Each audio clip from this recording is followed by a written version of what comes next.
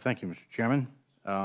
My amendment number 1 is a bipartisan amendment. I appreciated Mr. Woodall's comments as a fellow member of the Transportation Infrastructure Committee.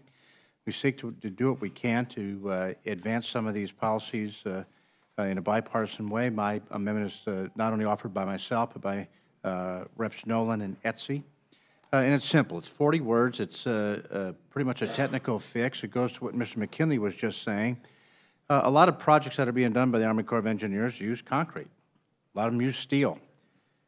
What this amendment does is it just simply instructs that the chairman, that the secretary should ensure that appropriate consideration, not mandate, but consideration, be given to the use of natural and nature-based features. So a lot of times, and this would go specifically what Mr. Stivers was speaking to a moment ago in Ohio. When you look at Lake Erie, there's a lot of algae that has been blooming in Lake Erie.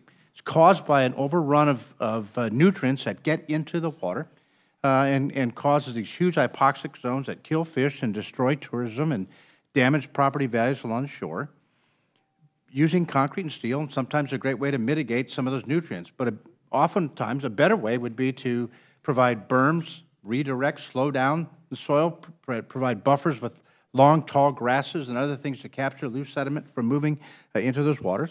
And this amendment simply suggests that the Secretary give appropriate consideration to using natural-based products as they deem appropriate, and doesn't require them to do so.